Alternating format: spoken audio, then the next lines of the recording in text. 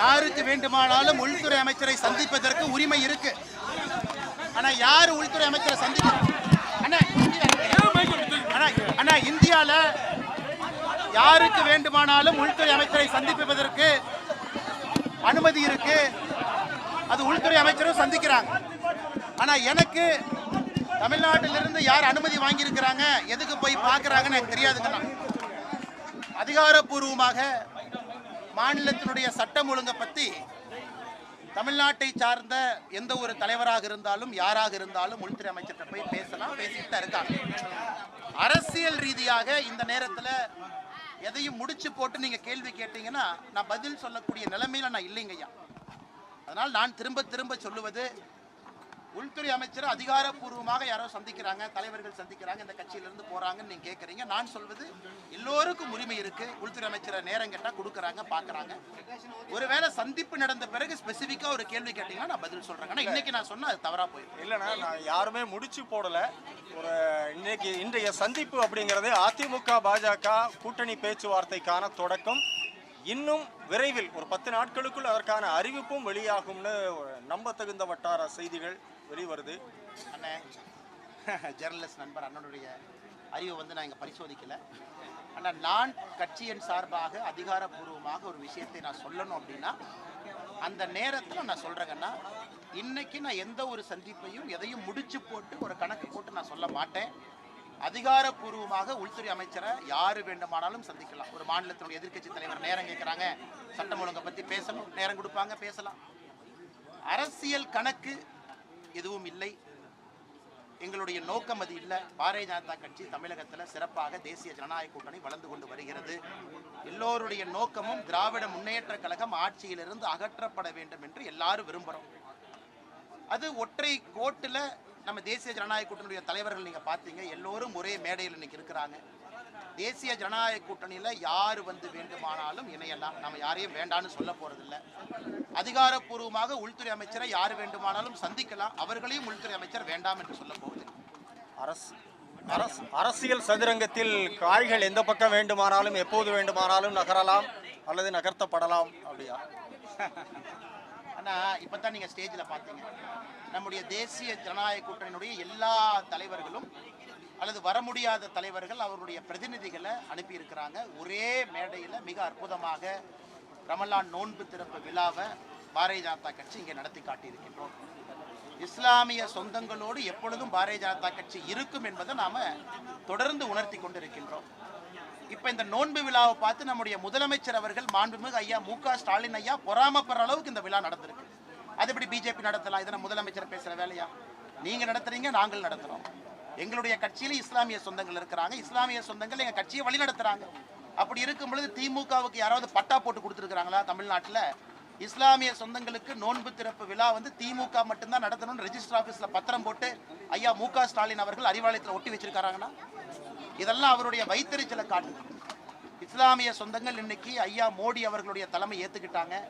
மோடி அவர்கள் செய்திருக்கக்கூடிய வேலைகளை பார்க்குறாங்க. இதையெல்லாம் பார்த்து தமிழகத்தினுடைய முதலமைச்சர் ஐயா ஸ்டாலின் அவர்கள் பொறாமப்படுறாங்க. இப்போ நாங்கள் பேட்டி கேட்கும்போது கூட திரு டிடிவி தினகரன், திரு ஓபிஎஸ் 2 பேருமே என்ன சொன்னாங்க அப்படின்னா, அதிமுகவினுடைய அனைத்து அணிகளும் ஒன்றாக இணைய வேண்டுமா அப்படின்னு கேட்டேக்கு எல்லோருடைய விருப்பம் அதானே அப்படின்னு தான் சொல்றாங்க. ஆனால் இன்னைக்கு பாருங்க, மேடையில் நம்ம அண்ணன் டிடிவி அவர்கள், அண்ணன் ஓபிஎஸ் அவர்கள்லாம் நம்மோடு இணைஞ்சு பயணிக்கிறாங்க.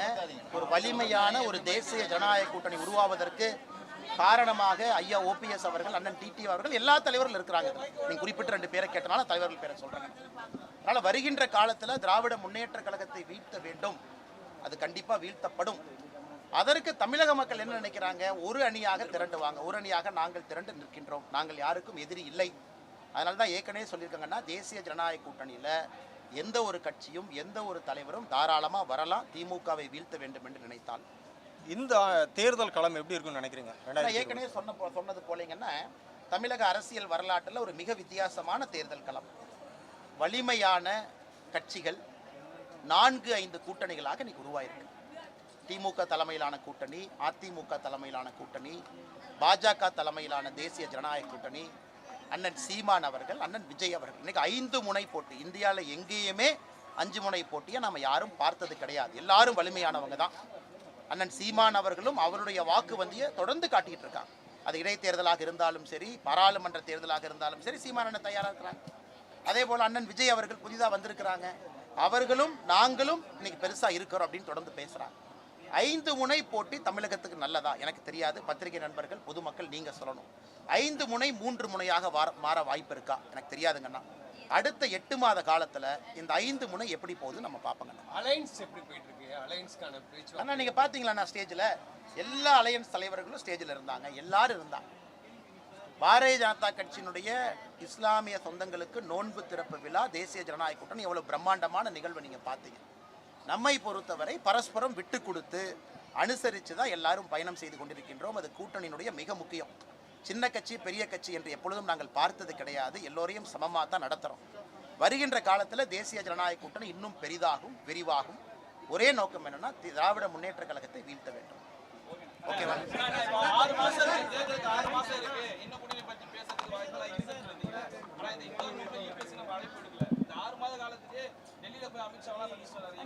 நீங்க பாருங்க அண்ணன், இஃப்தார் நோன்பை பொறுத்தவரை அண்ணன் இபிஎஸ் அவர்களாக இருக்கட்டும், அண்ணன் சீமான் அவர்களாக இருக்கட்டும், எல்லாரும் இருக்கிறாங்க.